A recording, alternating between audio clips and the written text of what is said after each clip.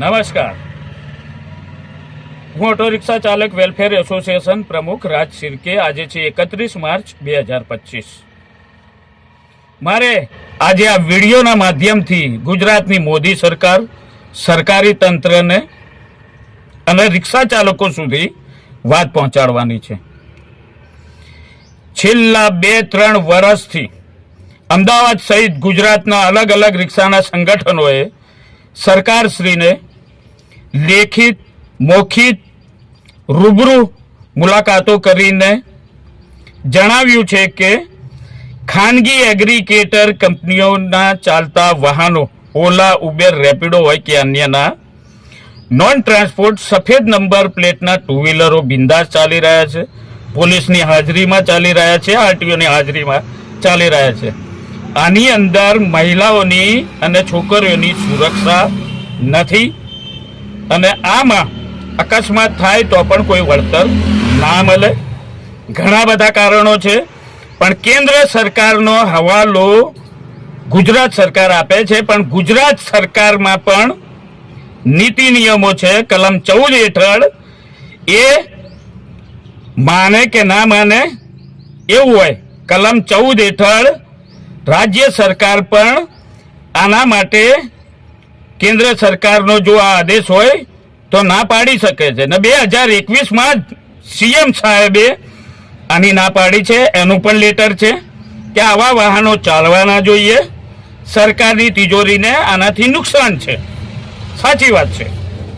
એક બાજુ ટ્રાન્સપોર્ટેશન વ્હીકલના એટલે રિક્ષા ચાલકોના વર્ષમાં 10,000 થી 15,000 રૂપિયા જેટલા સરકારને અમારે ચૂકવવાના હોય છે અને આવા વાહનોને, પ્રાઇવેટ વાહનોને કોઈ વસ્તુ ચૂકવવાની હોતી નથી. એક તો એ અન્યાય છે, સેફટીનો સવાલ છે. અને આના માટે રૂબરૂમાં સીએમ સાહેબ ભૂપેન્દ્રભાઈ પટેલ સાહેબને પણ મળ્યા હતા. એમ કે દાસ સચિવ વાર વિભાગના એમને પણ મળ્યા હતા. એમણે પણ આદેશ આપ્યા લેખિતમાં અને આરટીઓ અમદાવાદમાં લેખિતમાં એની ઉપર કાર્યવાહી પણ કરવામાં આવી. પણ જેમ જેમ આરટીઓ અમદાવાદ કાર્યવાહી કરે છે ને, તો આરટીઓ અમદાવાદના 2-3 આરટીઓ શ્રીની બદલી કરાવી નાખી.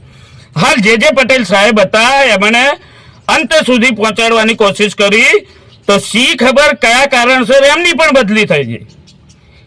એટલે અન્ય લોકો એમ કે છે અંધભક્તો, એટલે અમે આ સરકારના માનીતા સમર્થક હતા એટલે અમે તો અંધભક્તો જ કહેવાય ને.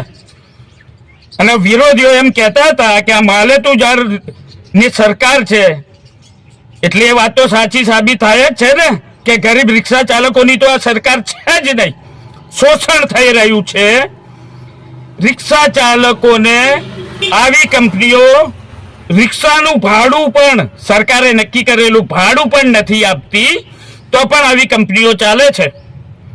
એક બાજુ ટુ વ્હીલર નોન ટ્રાન્સપોર્ટ બિંદાસ ચાલે છે, એનાથી રિક્ષા ચાલકોનો ધંધો રોજગાર બગડી ગયો છે. તેનાથી પણ રિક્ષા ચાલકોનું ઘર પરિવાર નિભાવવામાં તકલીફ પડે છે. તે પણ નુકસાન છે. અરે મોદી સરકાર, ગુજરાત સરકાર, કંઈક તો વિચારો. રિક્ષા ચાલકોની આતડી કકડે છે, ઘર ચલાવવું મુશ્કેલ પડે છે. તમે અમારો ધંધો આ પ્રાઇવેટ કંપનીઓને કેમ વેચી માર્યો? કેમ સરકારી ધારા ધોરણ મુજબ રેટ કમિટી છે ને આપણી, કેમ સરકારી ધારા ધોરણ મુજબ આ લોકો રેટ નથી આપતા? એક બાજુ એમ કહો છો કે તમે એપ્લિકેશનનો ઉપયોગ કેમ કરો છો? અરે મજબૂરીમાં રિક્ષા ચાલક આવી એપ્લિકેશનનો ઉપયોગ કરે છે, કેમ કે આવી એપ્સ આવી છે ને, તો લોકો મુસાફરો ઘરમાંથી જ એપ્લિકેશન દ્વારા બોલાવે છે. કોઈ રોડ ઉપર નથી આવતું. રોડ ઉપર નથી આવતું એટલે મીટરથી બેસશે જ કેમ?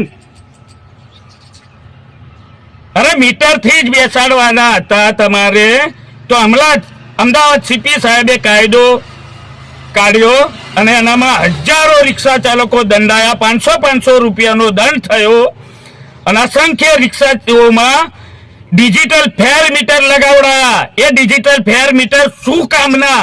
જ્યારે આવી કંપનીઓ 10-12 રૂપિયામાં કિલોમીટર દીઠ રિક્ષા ચાલક લઈ જવા માટે મજબૂર થાય છે, તો આ ફેર મીટર શું કામના? પેસેન્જર આવતા જ નથી રોડ ઉપર.